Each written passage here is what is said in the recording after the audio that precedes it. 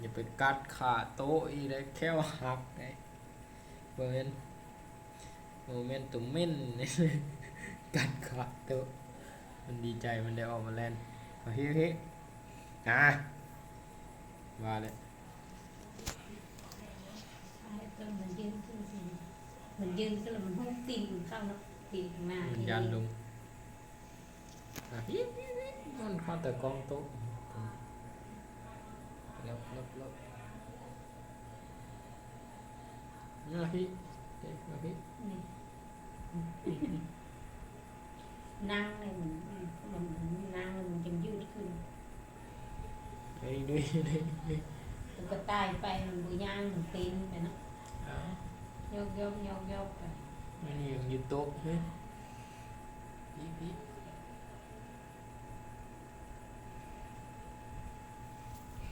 ฮิออกมันนอกพี่นะนี่เฮ้ย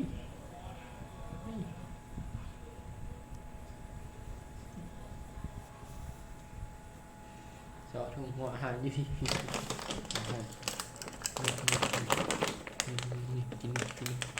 นี่เอาวะนี่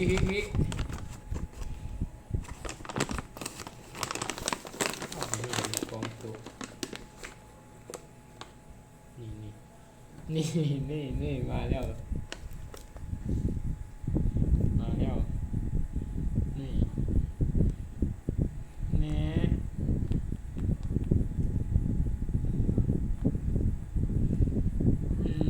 กูเล่นเอาไปนี่กูดี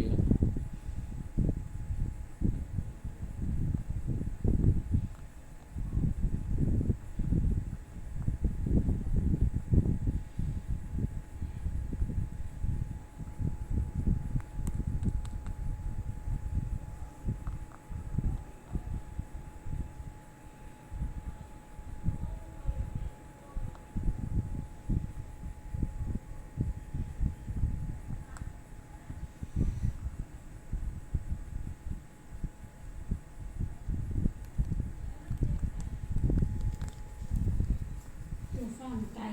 เฮ้ได้ใหญ่ๆก็มาข้างบุกไก่3 มื้อไม่เหมือนกินย่า1 มื้อ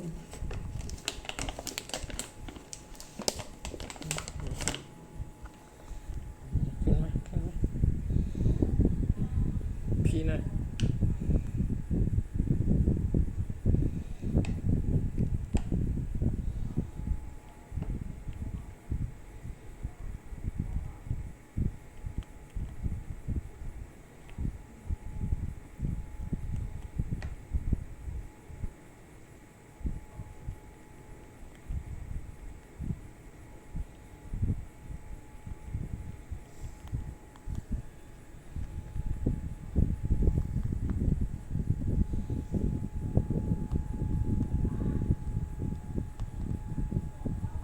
นิ่งเลย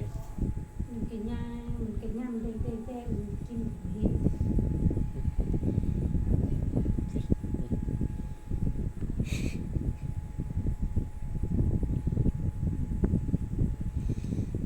เห็ดเล่นเลยเ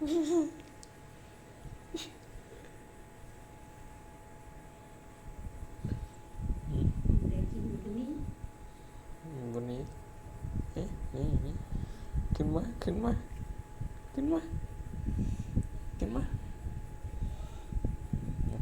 ตักกี่พอพี่นี่ไง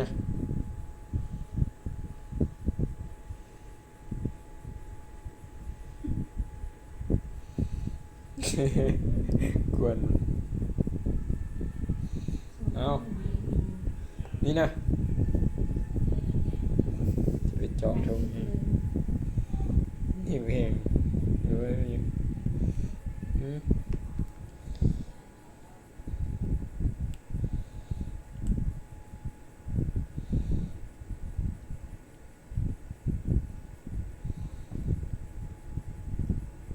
แต่เราให้กินมื้อละเทื่อกินตลอดวันนั้นกินว่าง เก่ง กินสั่นเดือนนึงเที่ยวสั้นๆเลยก็ใจ จ้าว่าใหญ่2-3 โล หัวเกิดเนื้อเตี้ยสิ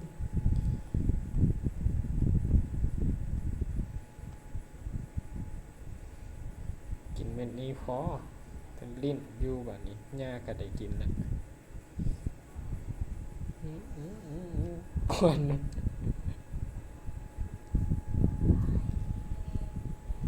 จืด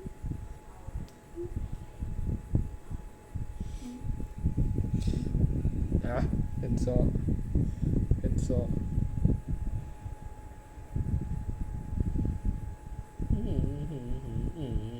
ดุดไปแล้ว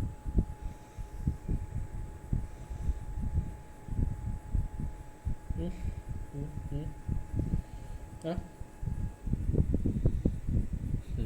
ดึงไปแล้ว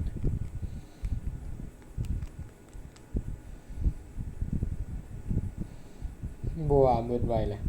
ตกนี่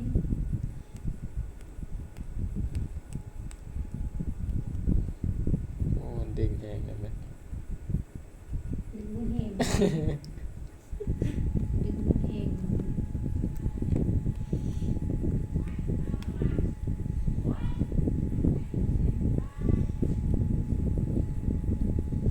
ยำเอาไว้ละ ดื้อเอ้ย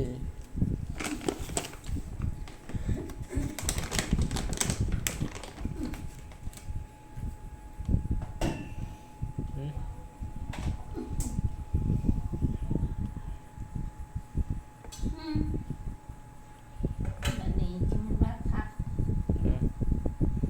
กินหัวอาหาร โย